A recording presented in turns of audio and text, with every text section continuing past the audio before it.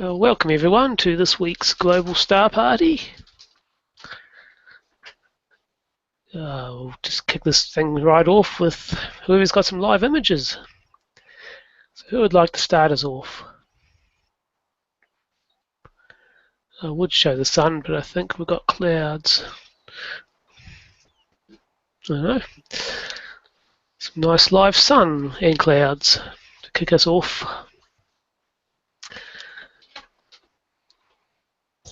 Which scope are you using for this, Paul? This is the Lunt LS80 double stacked. It's like a pretty nice prominence on the right, upper right there. Yeah, this should be the new sunspot group that's just rotating on from the east limb at the moment.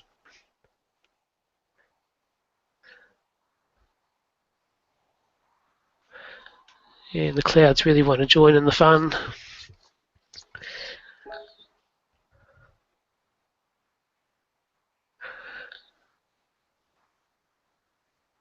Righty. If I switch to Brian, what have you been up to, Brian? Well, I will share my screen. My remote control observatory has been down for a few weeks, and very exciting to get it up and running today. So, can you see my screen here? Sure can. All right, we're up and running here. We are using the Sky program, and I'm actually even got the guider going, as you can see here. And you can see the shot here of this is it was at the east or the west side of the Veil Nebula. I can't ever keep them straight. But we'll show you a better one in a second. But earlier, just before you all came to me, I took this shot of the dumbbell. And so that's about 3 minutes of exposure.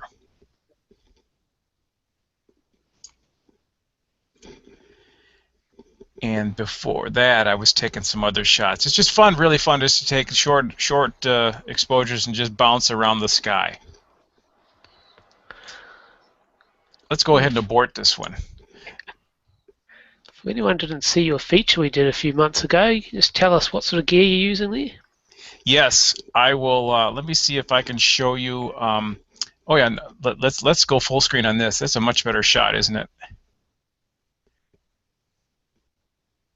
There. Okay. So yeah, you got some nice stars there. It's tracking better, and this is a Canon 5D Mark III camera, and it's modified, so you can see we're picking up quite a bit of the red, the deep reds that we would not get on a regular DSLR. What I can show here is, and if you can see my screen as I go over to my. Are you able to see my video? My live video shot of the telescope? Not yet. All right, so let me see if I can share that, because it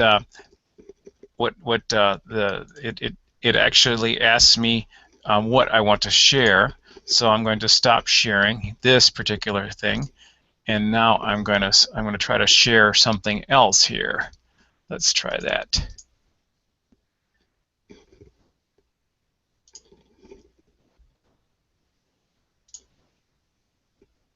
And now you've got my whole screen. Now, can you see the telescope? We can. All right, let me go bigger on this. This is a live shot of the telescope, and as you can see, it's a rather modest for a remote control observatory. It's a Paramount MX, and it's a is it better now with full screen? Yep, we can see that. All right, now you can see it real well. Okay, basically it's a Paramount MX, and it's a 10-inch reflector. It was born as a Dobsonian in Taiwan by Guan Sheng, and it has been kind of optimized for photography. And I got a 4-inch APO refractor on top. That's with my guider, the cheap Orion guider, and you can see the box here, the silvery box where the focuser is, well, that's a cooler box that I made for the camera. That is it's got a thermoelectric cooler, and it cools the camera a little bit. It's not great, but it certainly helps, because we're here in the desert. This is southern New Mexico, down by the Arizona and Mexico border. So in the summer it gets very hot, and so cameras don't like hot. So that's why I built this little cooler, and it takes it down below ambient. And because if you didn't do that, the camera would be 15 or 20 degrees above ambient. So this just gives you an idea of what the scope looks like. And on the left here, the lower left, you can see people moving around. Well, that's my observatory partner, and he is working on his 24-inch plane wave. So that is indeed a much more serious telescope than what I've got. But I certainly have a lot of fun with what I got, and I'm able to take live video and capture a lot of things, and I certainly have a lot of fun with what I've got. Excellent. So we'll go back. Just want to. Do you want to pick something, and I can just go to it and take a 30-second shot and show you how I do it? I'll let you pick it. I'm no good with the Northern Hemisphere stuff. That's right. Yeah, I figured we could do something that we only see up. Okay, well, this is one of my favorite things in the northern sky is the Ring Nebula, right? And you can see we're using the sky here, and we've got the North Star on the right, and usually I'll just go to the search box here under Find, and I'll just type M57 Find. There it is in red. Then I hit Slew. There we go. The telescope is now moving towards it. One thing I like to do is I like to listen to the telescope. It's 2,000 miles away, but I feel like I'm right there, and I can hear if there's anything going on that's bad if I listen. And I have a really good microphone out there. So now we have slewed to it. So we go to use the program of just Backyard EOS, and I am using an older version of it, and it works just fine. And we'll just do just a 15-second exposure. There we go. And it's going to count down, and we're going to get ourselves the picture of the Ring Nebula here. I can zoom in a little more. You can see what we've got here. And I do this sometimes at schools and classrooms in the evening, and show kids different objects, and we just are able to do it live. All right, there it is. There's the Ring Nebula right there.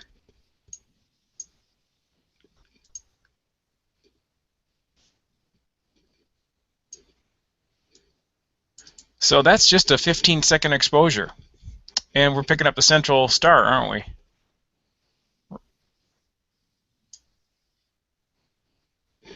So that's an example of what you might do there. What else is nearby? How about the North American Nebula? Just we'll slew to that. And you can see the telescope is moving. As soon as it stops, I will hit go on the camera. There we go. And remote control operation certainly is a lot of work, but once it's set up, it works relatively well. But then you still have lots of glitches. And that's why I was asking in our earlier discussion before we started, who does on-site help? Because oftentimes there's a need for somebody to flip a switch or check something.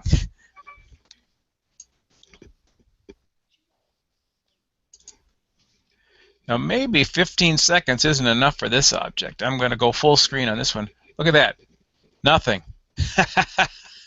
Maybe that one wasn't a good choice, was it? Could try M27. It's in the neighborhood. M27 would be fantastic. Yes, M27. M27. Fine. Go. I got up early this morning to get pictures of Comet Catalina, and there were clouds out there in the desert, so I got nothing. Hoping to get that two-tailed comet tomorrow morning. Monday, they're saying that if you have wide enough lens and good conditions, you may be able to get the the moon occulting Venus and the comet all in the same shot. Whoa. But are not occulting because it's not going to occult until lunchtime, so you won't get the comet. But early in the morning, you might be able to get all three of them in the same shot. I won't because there's trees in the way. But There you go. They got the dumbbell there and a 15-second shot. yeah, really does look like an apple core in that. Yeah, like you could shot. see it in a smaller telescope, right? Yeah. So this is I love to use the scope for events like we just spoke of. I love to catch things that are fleeting. Like I got a time-lapse video of that asteroid that whipped past about a month ago. When Jupiter and Venus were close together, I got a little video of that, and of course the lunar eclipse. And so for those types of things, it's nice to have a rather short focal length, and the focal length here is only 1,250 millimeters, so it's pretty easy to capture. It fits the whole full moon in.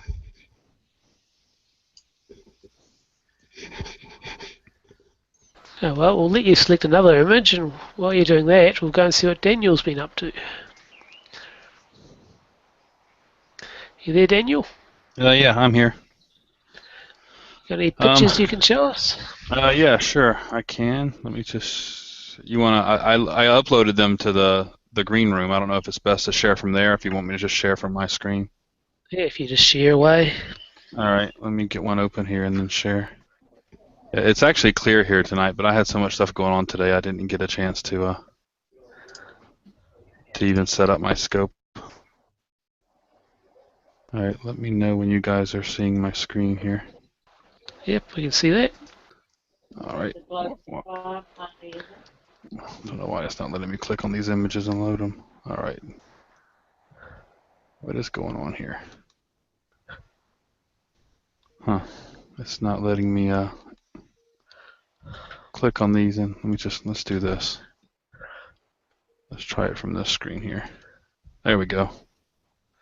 So this is about 6.5 hours of star trails that I took over Thanksgiving, at least in the U.S. when it was Thanksgiving.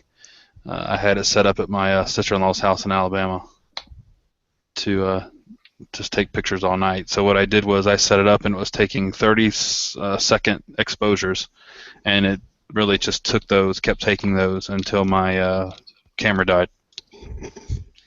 And then in the morning I wake up and I have a frost-covered camera, except for the lens, because I had one of those hand warmer packs taped to it. Very low tech there. And then I took the images and kind of processed them a little bit, converted them from RAW to JPEG, and then load them in a software called StarStax, which then combines them all into one single exposure, which would accommodate 6.5 hours of Earth's rotation. I really like doing this. It really has some cool effects, and it's really very simple to do. I mean, anybody with a DSLR camera and an intervalometer could quickly get some of these shots and get going pretty good, and they can be pretty stunning, especially if you have some good foreground objects here lit up. Like there was a bunch of street lighting and stuff on this one, so it really lit up the trees nicely. Hi, Daniel. It's Stephen. How you doing? Hey, Steven. I was going to tell everybody to do themselves a favor and look for Daniel Heron's profile on Google+, because he's got a lot of these pictures, but he also has videos. Mm-hmm. And videos show the movement of the stars over the sky, and he sort of speeds up the video a lot for like a minute or two. And so it's pretty amazing to watch these videos. I don't know if you could show one here, but if not, definitely go to Daniel's Google+ page and take a look. Yeah, and it's actually each video I do is 2 videos with the same shot. So what it will show is just the stars actually moving as Earth rotates, and then I have another video that immediately follows that. It's all one video, but it follows it and actually creates the trails. So it's 2 different versions. And what's really cool about this one, if you look up the Thanksgiving one on my YouTube, or either Google+, or I do them on YouTube as well, that the cloud layers on this particular one were pretty cool because you had cloud layers moving in 2 different directions at the same time. in the time lapse. It was really cool. You had the upper level ones kind of going towards the north, and you had some coming in from the east, or from the west going towards the east at the same time. So it was really cool. And you can kind of see some of that fuzzy stuff right here is the actual clouds that were moving in, and then you can see the other clouds coming in this way. These little streaks right here. So it was really cool. But it does give you a really good perspective of, in the northern hemisphere at least, Polaris is this little tiny arc right here. That's the star in the northern hemisphere we use to align our scopes to. And if you go to my YouTube page, I've been doing these off and on for about 2 years, so I have a lot of them out there at different angles and different times of the year, and some of them are quite stunning, I think, just the way it pops out. And just to show you another example, Stephen was actually with me when we took this shot.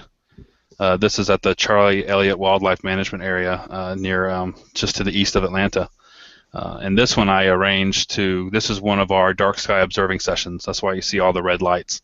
So all these red lights down here, as you can see this little one that goes up here, this is obviously somebody walking by with a light on their head. This is just us observing, and while we were observing with our scopes, I had my camera set up just taking 30-second exposures. We got some clouds coming through this night, a lot of airplanes going by. But it was really cool. The video of this one is really cool because you can see us all moving around while we look at our scopes and do different things around here. So you can actually see how busy it is at some of our dark sky observing sessions while the sky rotates overhead. And this is actually Stephen's car down here, and we were set up right here on this concrete pad. And that night, I'll just get all my stuff out of the way, then I can shut up for the rest of the hour. This is a shot that I took that night. It's the same shot right next to each other with a labeled version and a blown out version. This is actually Uranus, and 1, 2, 3, 4, 5 of its moons. So if you look at this on my Google Plus page, you can zoom in and actually see the actual moons of Uranus, which is a really cool capture. As you know, Uranus kind of rolls on its orbit, so you can actually see a whole bunch of its moons. They don't line up like Jupiter's moons do. So they're kind of all around the planet. And then this is Neptune and Triton on that same night. Excellent. We might switch back to Brian then, since he's got some live stuff happening. Yeah, I'm trying to get a good shot of Andromeda. You can see here. This is on the screen here. This is just a 15-second exposure. I'm letting her go for 60 seconds here, and I'm using an older version of Backyard EOS, so it doesn't have all the fancy stuff as the new one. I'll upgrade here in the next couple of weeks. But while it's finishing up, I might be able to show you my most recent process shot, which is right here. This is M33. Can you see that? Lovely. Yep. Okay, that's a big wow there. Yeah. Yeah, I could barely see it. I could barely see it. Yeah, I've been trying to shoot this thing for about 10 years, and finally got a good night. And actually, it was when you got the remote control scope in the desert. It's actually not hard. This is only 2.5 hours worth of exposures, and so I'm really pleased with just 2.5 hours. And with a DSLR, I'm not using a CCD camera. So it came out very well, and I have been trying to learn all the fancy Photoshop tricks, and I'm halfway there. I don't know how to do layering well or masks, so I don't do any of that yet. But I just really had fun with this, and it's amazing. When we tweak things. And now, like everybody else, once you start to learn how to do stuff, you can go back to your old pictures and tweak them. Okay, now you got this. We can go full screen on this. We got Andromeda here. Because we are a modified camera, things have a little bit of a reddish or brownish tint here, but that's pretty good for a 1-minute exposure. Some nice dust lanes. Yeah, and I have a 3-panel mosaic that I haven't had the guts to start processing. But I have probably 10 hours of exposures, but that just gives you an idea. And the other thing I'll show you is that my daughter is 22 years old, and she got me going on Instagram. Does anybody here have Instagram? Yep. I found that most people my age don't, but I have 205 posts and 4,000 followers, and most of the people are young people with iPhones all around the world, and it's just the most amazing thing to interact with folks. But yeah, like Dan was showing, that the star stacks, there you go. There's that comet effect, right? But Star Stack's fantastic program. But, and it's free. And it's free. This is an Orion reflecting in a pond, and then here's a little video of Orion rising. See that? Yeah, I so want to find a location to get the Milky Way reflecting in a, it's a steady pond like that somewhere. I've got one of those here in Michigan. And there's a star stack shot like yours. This is we stayed up late to see the Orionids a year ago, and I took 500 images to capture 0 Orionids. But I have a shot coming up here down here where I was able to get some water. Come on. Yeah, the trick is there finding a night with no wind, and it's just nice steady water. Well, that's okay. I didn't crop it well, but you can at least see that there's a little bit of water there. Anyhow, there is water in the picture. Yes. There's water. I don't have the milk. Yeah, you're right.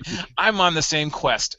To try to find some really good reflections in the water, and that's a toughie. But I will tell you that to do the folks who are doing some of the best nightscapes are using the super fast lenses, and I just recently got a 24 millimeter f1.4, and that really makes a difference to get so fast. Yeah, the one that I've been using is a 14 millimeter 2.8.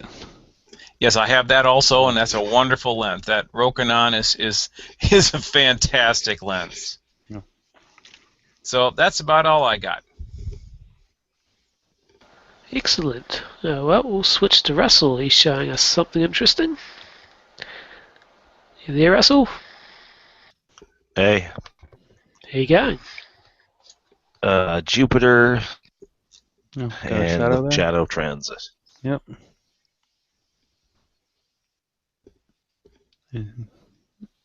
What's that? 3 moons?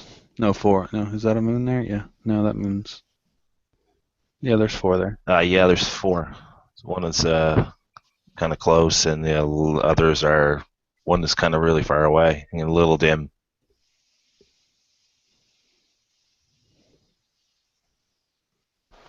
Excellent. And what scope did you use to take that?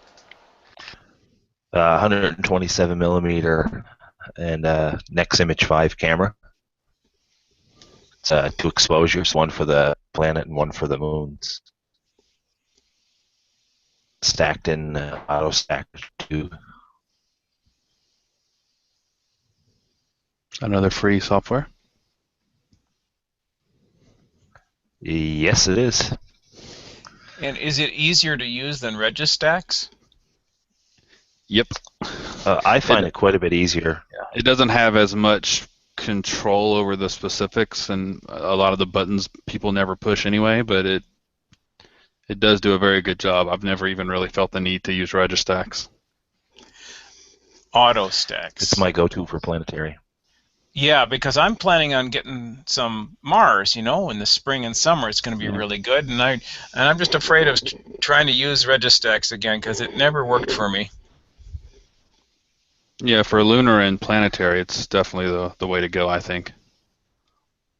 Especially if you take enough shots, or at least video wise. The only thing I don't like about AutoStacker is I think if you have like over a 10 gig video, it seems to not like to play very well with them. So when I do my lunar shots, I usually have to break the movie into a couple different videos. Can only get about 5,000 to 6,000 frames of the moon. But around 3 gigabytes for me, it starts to really crawl. Really? I wonder if it's a limitation of the software or the hardware on the computers then. I'd say it might be hardware. I'm only running a quad core and a 8 gigs of RAM, so I'm a little underpowered.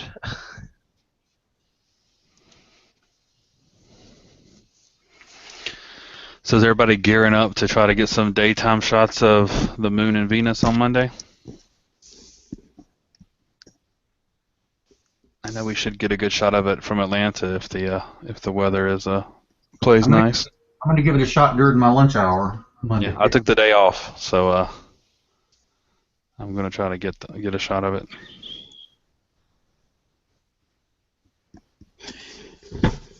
Does anybody know where the graze line is? Where the edge of it grazes Venus?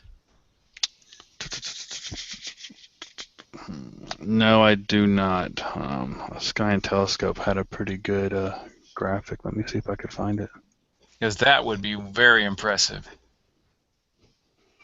I know here it's supposed to around 12:30. I think it's supposed to start, and around 1:50 something it's supposed to pop out the other side. I just can't decide how I want to shoot it. If I want to zoom in or zoom out or. Yeah, it's very different. A different type of event.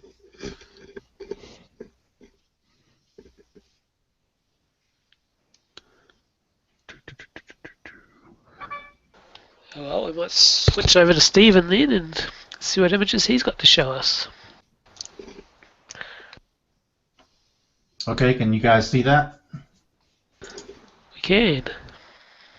Okay, so what we're looking at here is an image that I took last night, also at the Charlie Elliott location east of Atlanta.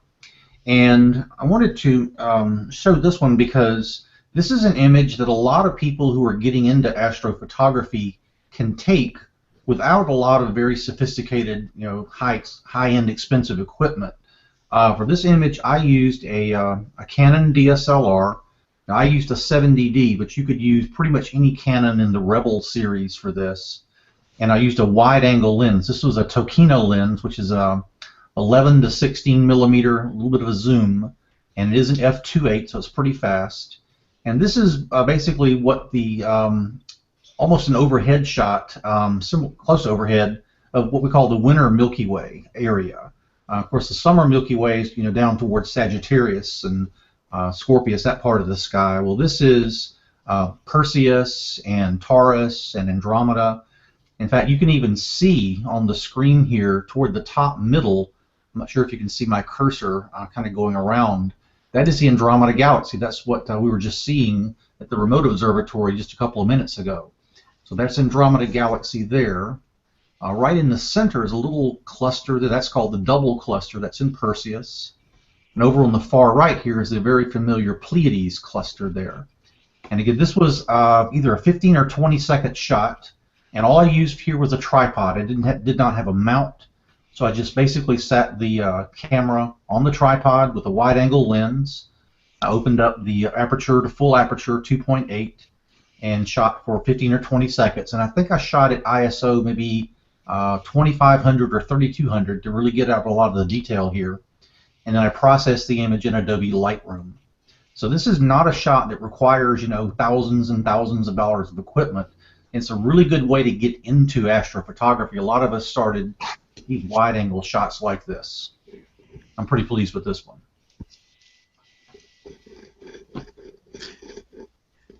That is fantastic. And with my Instagram account, I get dozens of people, young people, who say, "How can I do this?" And I give very similar advice: tripod, DSLR, the kit lens, wide open. You can get good shots. That's a great way to start. It gets people hooked. Because if they get a few really good images, then they sort of get hooked, and then unfortunately, many of them may lead themselves to poverty by spending so much money on this equipment. But at least it's a very rewarding type of photography. It's one of the most difficult, as we all know here, but it's also, I think, one of the most rewarding when you get something really good.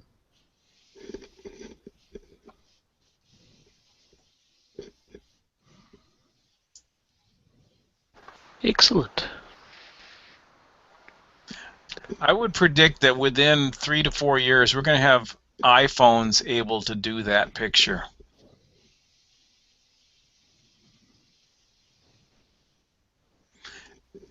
Then we will see this whole thing explode. I think you're right. Because young people want it. They're always asking, I want to do this. This is very cool, very cool. I want to do it myself. And when the iPhone can do it, we're going to see an explosion. And I think then we'll start to see more awareness and discussion of light pollution.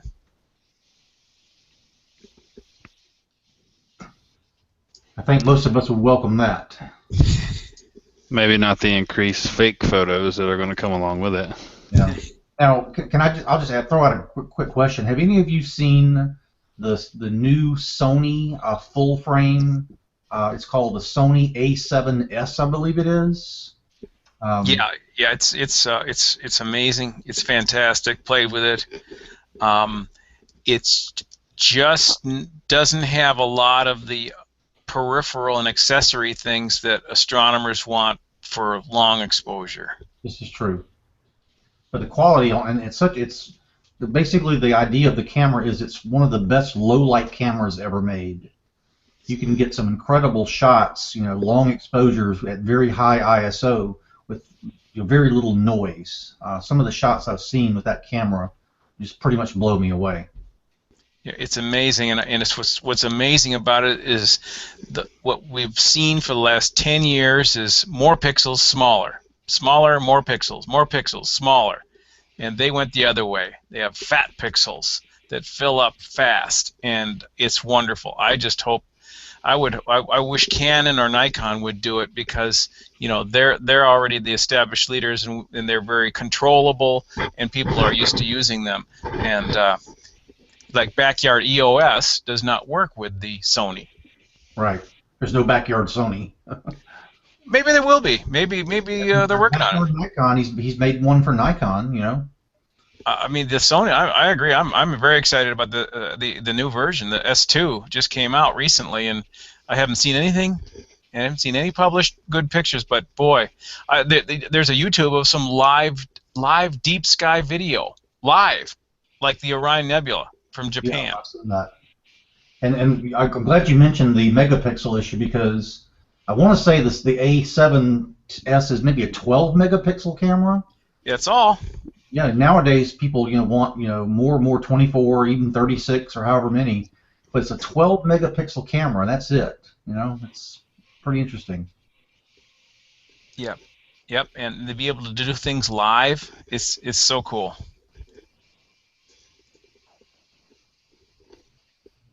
Oh, Brian, what are you showing us now? It looks like the Pleiades, is it?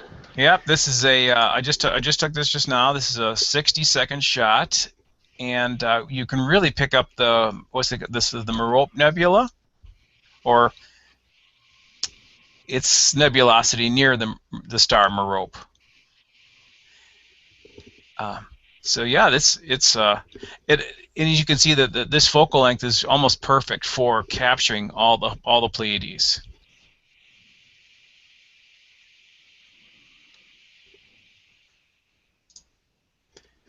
Yeah, that is a great target. I will just simply add that this is one of those targets where the modified camera doesn't really do you much good, unfortunately.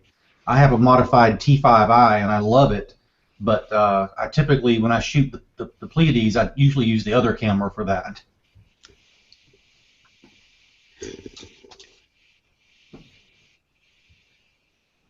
I'm going over to M33 just to show you what a shot of that looks like, and let's crank up the ISO to 6400. Yeah, unlike the Sony, I really start to see noise at 6400, but I'm at 37 degrees, so the sensor's staying pretty cool here. Well, we'll let you do that, and we'll go over to a new member, Nick. How are you, Nick?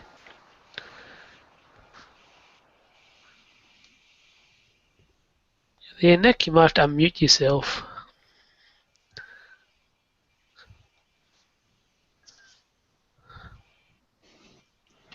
I'm sure he's saying something monumentally fascinating. Oh, well. How about Keith? What are you up to, Keith?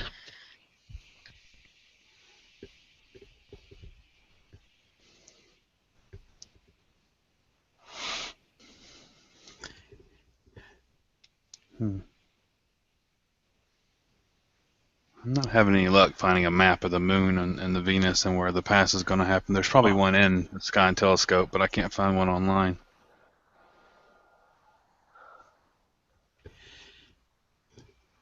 But if you're in the U.S., Canada, northern Mexico, you should be able to see it. Well, yeah, and towards middle day, huh? Yep.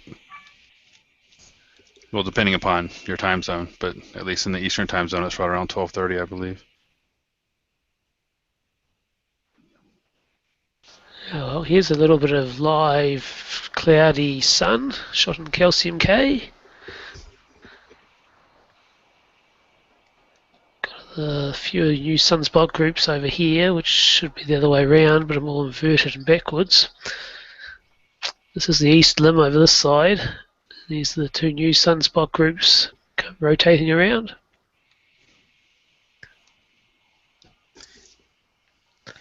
How many days from one side to the other? Roughly about 12 to 13. Okay.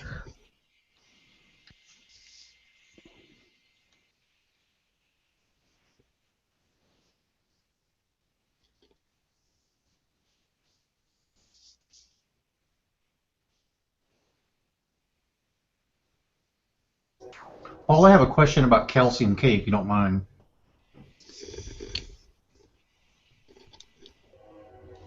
You there? I hear you, Stephen.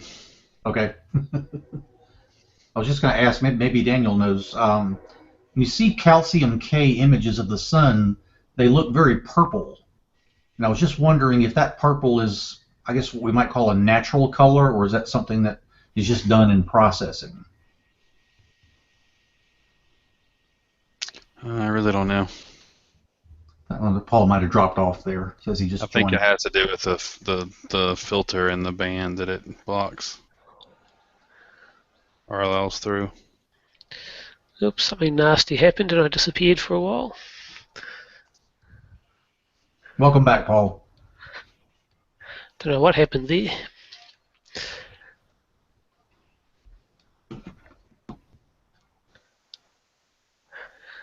Anyway, who else has got something to would like to show off?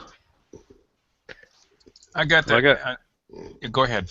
No, I was going to say, I got another star trail shot that I took.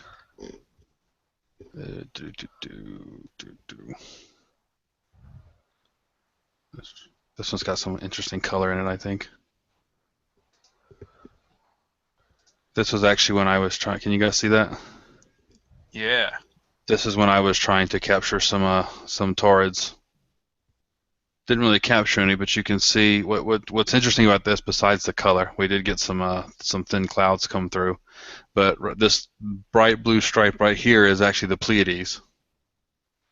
So this is right around in here is where Orion would be, and then you can actually see that the stars kind of north of Orion are arcing kind of upwards, and then these down here, where I think this is probably Sirius, is actually arcing downward, because the Orion, actually I think these three lines right here are the belt stars.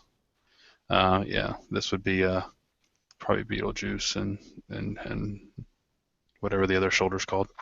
But Orion just happens to sit very close to above the equator. So the belt stars are almost right above the equator. So the stars below the belt will arc downward like they're circling the South Pole, and the ones above it will do the North Pole. So it's actually kind of a cool effect there of it curving both ways, and some good color. Didn't get very many taurids. That's great. And sometimes in those shots, don't you ever catch the geosynchronous satellites? Yeah, actually, I have another shot here somewhere. Let me see. Yeah, right here. This little stripe right here. Cool. This was a really bad image of the Orion Nebula on purpose. I was just testing out some equipment, and I kind of say that here. I don't know, go into how horribly bad it is, but I was just playing around with some equipment, and I took a few second shot, and that's a geosynchronous satellite right there. And so while my camera and my scope was following the Orion Nebula, Technically, that satellite was stationary over the planet, but the Orion Nebula drifted behind it. And so it created this little streak right here. But yeah, you do get those from time to time. So even in a bad picture, you can kind of find something cool to see.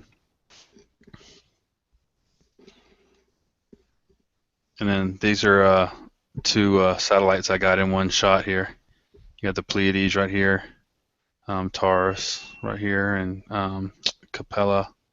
And then you got a couple of satellites that pass. No Taurids, but a couple of satellites. If I zoom in here, you can see them if that ever clears up. There you go. That one got a nice little flare in the middle of it. Yeah, that's good. And then looks like there's even like an open cluster about right there in the middle. One of the probably like M38 or something in right there. And there's the other one. The other satellite pass. So that one came up. No shooting stars, but I did get a couple satellite passes. What's really amazing is there's no airplanes in that shot, which is kind of rare for me. All right, I'll stop sharing. Alrighty, what are you showing us, Keith?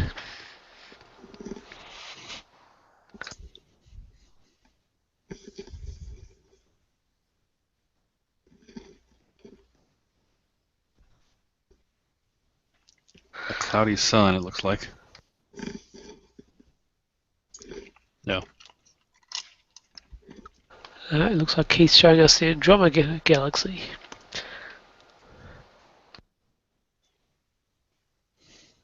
Extreme close-up. 100-second exposure. Wow, look at those interior dust lanes, man. But, oh man, his sensor's at 30 degrees C? That's warm.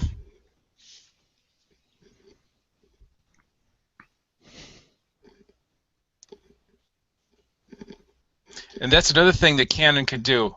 Wouldn't it be great if they put a cooler in their camera?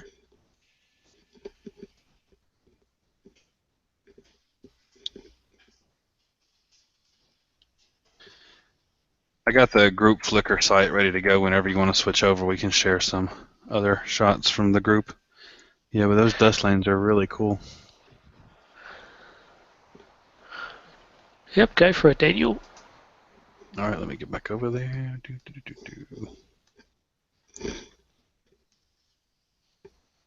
All right. Here's the Pleiades taken by Matthias. 30-minute total exposure time.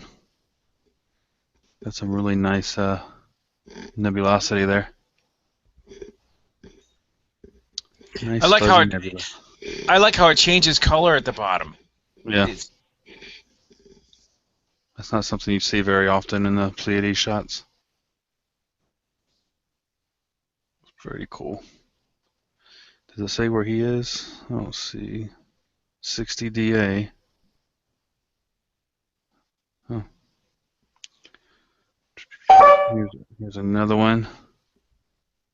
ISS flying over. Got another little satellite up there in the corner too. And that looks like M31 right there. So he got the M31 and the ISS flying through. It's a cool shot. Oh, here we go. Comet Catalina. Now, the shots I've seen shows the two tails. Yeah, going off that way. I'm going off that way. Normally. You can barely faintly see one. Will it get better or worse?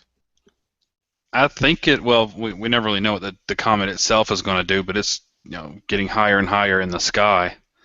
I assume once it starts getting into darker skies, because it's right before sunrise now. So I'm hoping as long as it stays outgassing the way it is, because it's moving, if I remember correctly, it's moving kind of from the bottom of the solar system plane up north. So I think we're going to have a good time period here where it's not really getting day by day further from the sun. which is good because it'll still be getting as much sunlight. So I think it's going to get better and better until it starts actually moving away at a greater speed from us. But I think Good. I've heard until March we should be able to see it at least. I mean, obviously it's going to slowly start to fade away eventually, but I think we're going to be able to see it until March. Well, I'm going to try to get a picture in about 8 hours. Well, good luck. Here we go. Here's a nice bright crescent moon from Sarah and Simon Fisher from the United Kingdom, it looks like. Prime focus through a 127mm. I love these craters lit up on the other side of the Terminator. They look really nice. They did a good job of getting the darker detail without blowing out the brighter part of it, though, so that's a good job there. I think that's Copernicus right there in the middle. Oh, here we go. Looks like we got Jupiter and the moon. There's at least 3 total moons in this shot, or 4, and there's another one on the other side there. So 3 of Jupiter's moons and our moon, and some nice Earth shine too. Kind of interesting. This must have been taken with a refractor. No, it's just a 300mm lens. Got some purple vignetting on there. Oh, there you go, Paul. Nice shot. Yep, that would have been yesterday. The 2 new sunspot regions. That's really cool. Like little tornadoes. There's another one. So that's the same area we were just looking at there, right? I think it would be the other side from memory. Oh, over here. Let's see. Oh yeah, there. Okay. Really cool.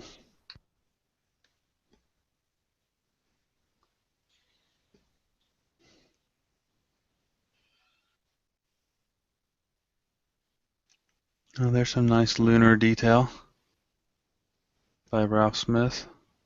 Kapow. That's funny.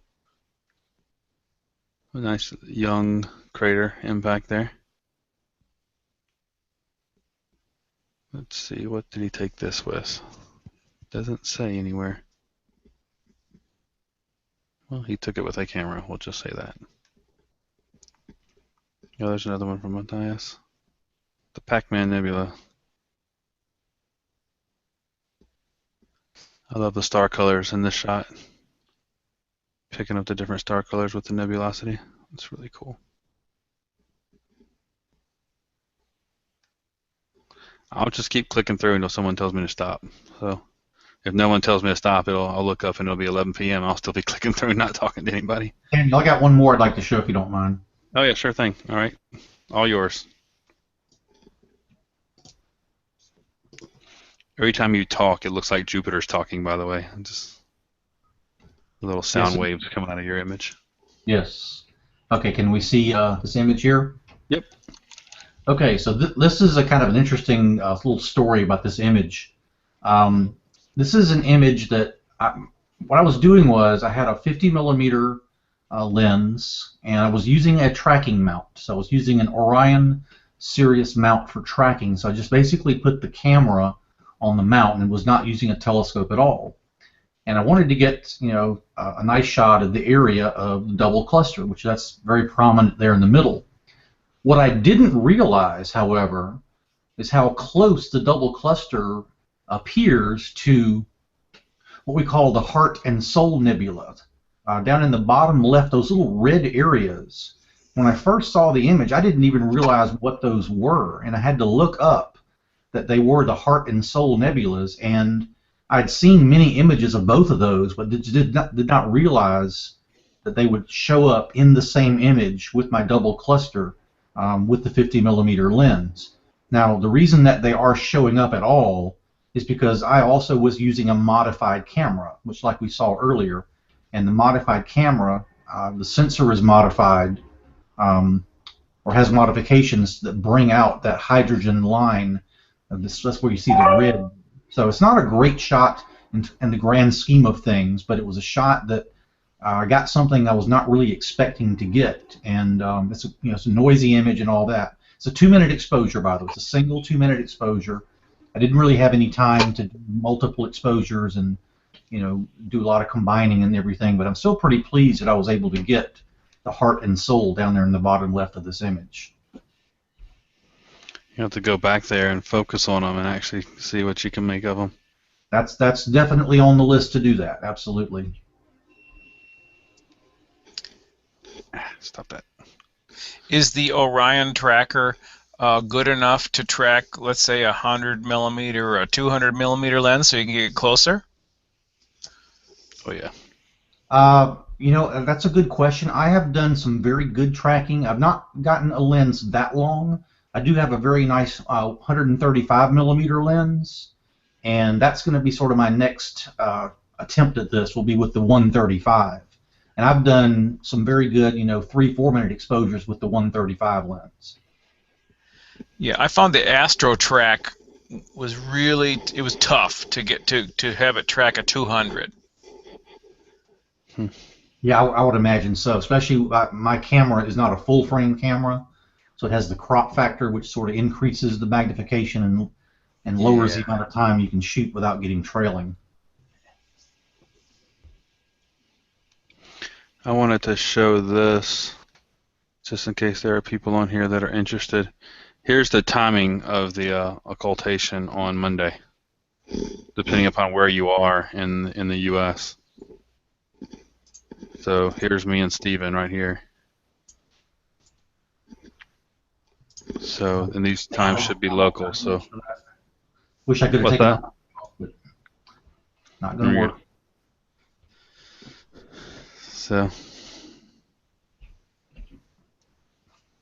So yeah, if you're in Anchorage, you'll be able to see it, but you have to get up early, and it's going to be cold. Road trip. Yeah. I'm fine with noon.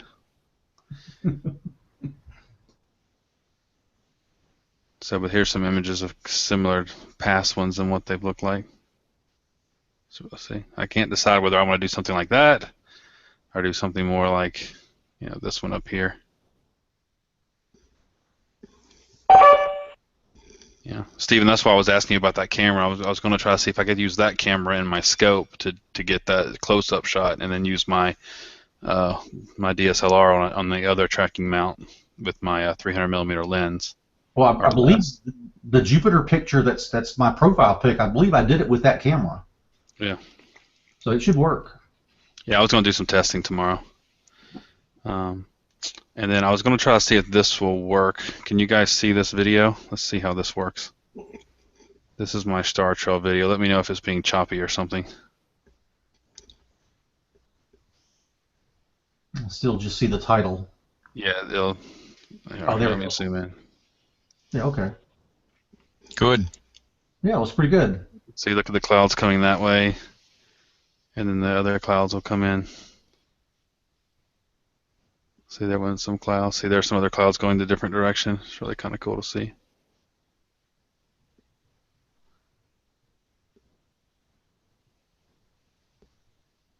Okay, so now it'll do the same shots, but it will create the trails. That's the one everybody likes. That's the big one there. And what I do is I just take the images, put them in iMovie or Windows Movie Maker, and just set the timing, and then it usually turns the video for about an hour, and then if all goes well, it'll generate the video, and then I can just add the texting and stuff, the text and the credits and everything.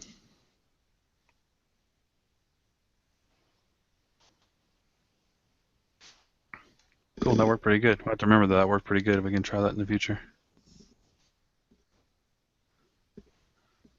Excellent. We might just switch back to Brian and see if he's picked up any more deep space objects.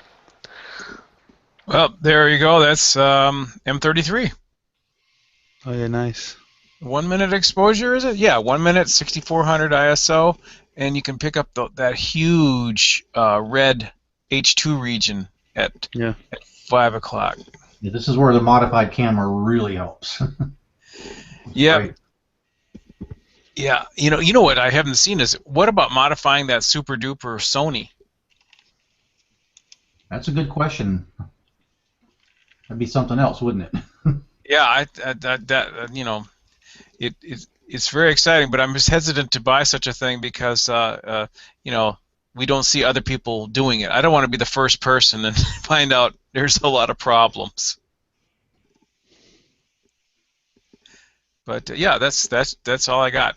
Just a shot of the M33 1 minute, and what I found was that if I were to take this shot in my backyard with normal light pollution, um, I can get I can get things 5 times faster, signal to noise, in the desert versus my backyard.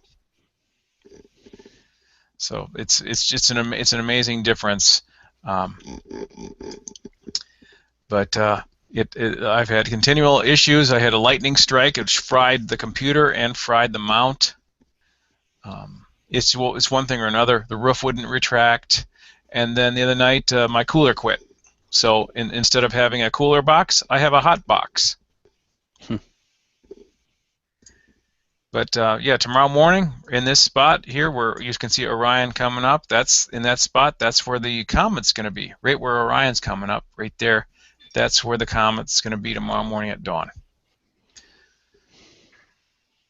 Nice. Well, I look forward to seeing those shots from you. Yeah, I love taking comet shots. I just have a blast with it. And yeah, I remember last year when we had Lovejoy, and I was really excited because I had first gotten some good equipment to actually try to get some shots of it, and I can't wait to get another one. Yeah, Lovejoy is spectacular. I think I do have a shot here that I can show you under of Lovejoy because I got a decent shot of it last year. Maybe. While you look for that, oh, you got it. Okay. There it is, right there. Yeah, that's nice. Yep. I'm not at that level yet. Oh yeah. 1 minute. Oh, I'm sorry. One shot, 7 minutes. Wow. And I was controlling it from the laptop of my in-laws' lazy boy chair. That's the way to do it. That's the way to do it. And I was about to ask you how far away your spacecraft was from the comet when you took that shot, because it looks like you're out there with it. Yeah, so I'm hoping to get something like that of Catalina tomorrow, and hopefully to show 2 tails, not just one. Yeah, you'll have to zoom out more though on it to get both tails. Yeah, so I'll have to do 2 and then stitch them together, huh? I think so. And I haven't done that. I heard people use the ICE from Microsoft to stitch things together. I either use Auto Stitch or Huggin. They're both free. Okay. I've used all 3 of those, but yeah, the Microsoft Image Composite Editor is a really good one. It's really best if you can probably try all 3, and chances are one of the 3 will be better than the others for each image. Probably. But nice to be able to have multiple free options. Okay, well, I will go for that because, like I said, I have this. I just haven't had the guts to try it yet, but I may have to with the 2-tailed comet. Here's the other video I took, the star trails when me and Steven were observing with the group. So you can see this is us here with our red flashlights as the stars rotate and planes fly overhead, and you can see everyone else observing as well. The clouds come in and people start leaving. But we stuck it out for a while. I heard that in that area sometimes you get the wild pigs.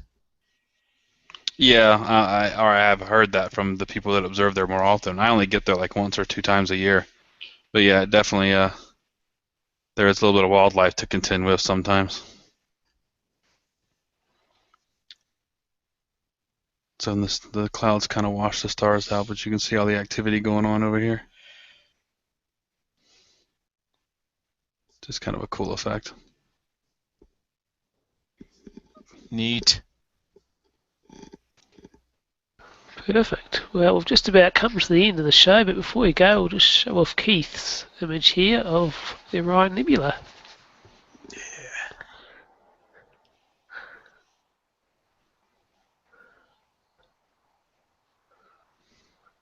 Very cool. Nice and purple. Yeah, that's always I mean, it's an awesome object to image and to look at, but it's tricky to photograph just because that bright center is so bright. It's hard not to blow it out to get the detail in the fainter regions.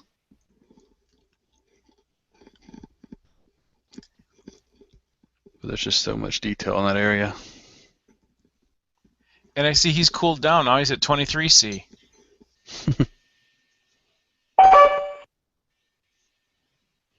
He must have turned it off for a while. Let it cool down. Well, with that, we'll end the show. Thank you for all our participants and our viewers. And we'll catch you next week. Goodbye. Bye, everybody.